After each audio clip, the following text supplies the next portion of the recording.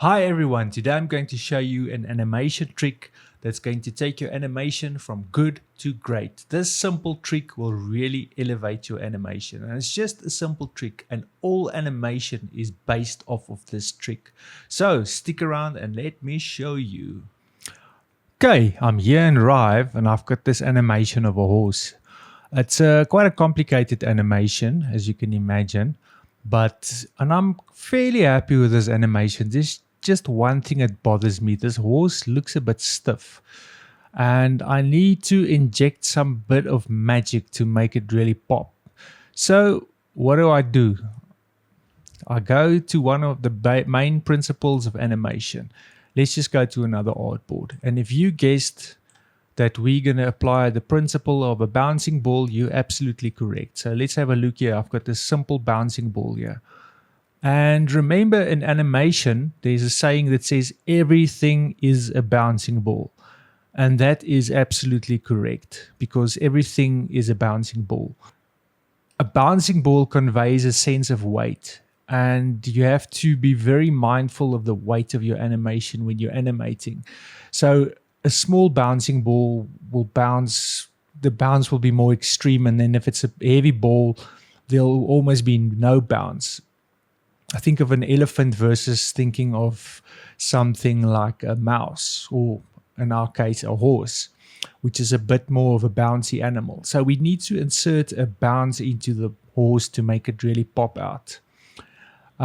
So let's just have a look here in the position here. So I'm just clicking the Y position, and then we look at our curve here. So we want this sort of curve here for the animation.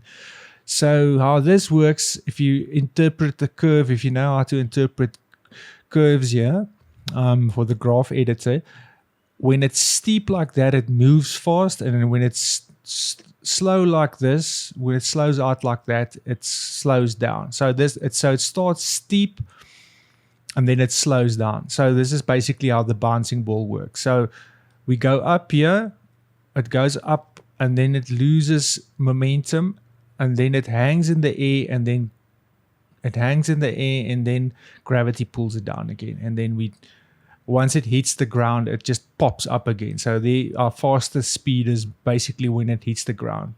You can see it here as well when we have a look here at all the dots that represent each frame. You can see. So that's basically, we want to apply the bouncing ball principle to our animation. So if I just have a look at it here, you can see on the right here, that's the first keyframe. So I brought this up. So this is quite a steep, so it increases, it accelerates fast. And then the second one, so this one here represents this one, and then this one here represents, or this one here is this one here. And then also if I click on this one, then you see this one on the other handle here. It's a bit confusing, but you get used to it quickly. So that's the other handle. So that's a slow one, and then this one here is a steep one. So let's go and do that. Let's go back to our little horse guy here, and let's give him some bounce, and then I'm sure he's going to pop. So if I just click on the Y position here, at the moment it's all linear. So the first thing I'm going to do is I'm just going to select all of the keyframes, and I'm just going to give it a cubic interpolation. And it looks a bit better, but we can make it even more better, or we can make it better. Sorry.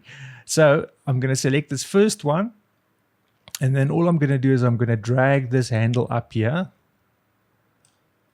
So he bounces, so he shoots up in the air, and then when he gets to his top position here of the trot here, where he's airborne, he's going to stay here for this moment, and then we select this keyframe, this one we leave, and then this one we bring down. And then now if I go back to the interpolation, you can see we've got a nice bounce here, and then we just need to repeat it. So all I'm going to do, so I'm just going to copy this one, copy that, and paste this, and then now you can see it looks much better. See, it's got a lot more personality with this bouncing ball. We can take it even a step further. What we can do is we can add a slight bit of squash and stretch just to sell this even more. And the more cartoony it is, the more squash and stretch you're going to add. If it's something realistic, you don't want to add too much, and you want to be subtle with this. So, and then the trick with the squash and stretch is you want to conserve your volume. So if you stretch it, let's make it 102 here on the Y. So he pops down. You can also see I put the anchor point at the bottom there. So when he's on the ground, he's going to squash. So we make it 102 in the X, and then now we need to conserve the volume, so we make it 98 in the Y. And then we just come up a few frames, and because we go, so it's quite a fast movement. Now he's stretching. So now we need to invert the squash and stretch and create a stretch. So now we're just going to do the opposite, make this one 98 and this one 102.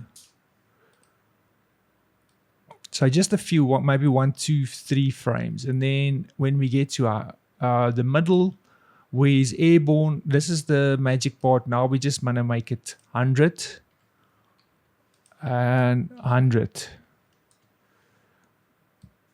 And then we go to the other side. Now we just need to do the rest, do it in inverse as well. So as he goes down, as gravity pulls him down, we want him to stretch again. So we're going to copy these, and then now he squashes again, and then copy these, and then maybe I'm just going to bring this one over, and I'm just gonna give them cubic interpolation, and then copy and paste for the other side, and then that's what we get. It's very subtle. I know it's not a major thing, but it's just that little subtle extra thing that makes your animation pop with this bouncing ball effect. So just remember always, bouncing balls, it's one of the most commonly used effects in animation. It works great on this horse. On normal walk cycles, it will also obviously work well. And even animating UI icons, if you click on a little house button and the house pops up, you can use it there as well. So that's why when you start animation, one of the first things you always start on is the bouncing ball. And there's a very good reason for that, because you use it very often. And that's really what made this animation pop. Thanks, guys. And please remember, I've got a course called Rive Rockstar. You can just go to riverockstar.com, and I go really deep into Rive in that course. And I hope to see you there, and I hope you enjoyed this video. Thanks.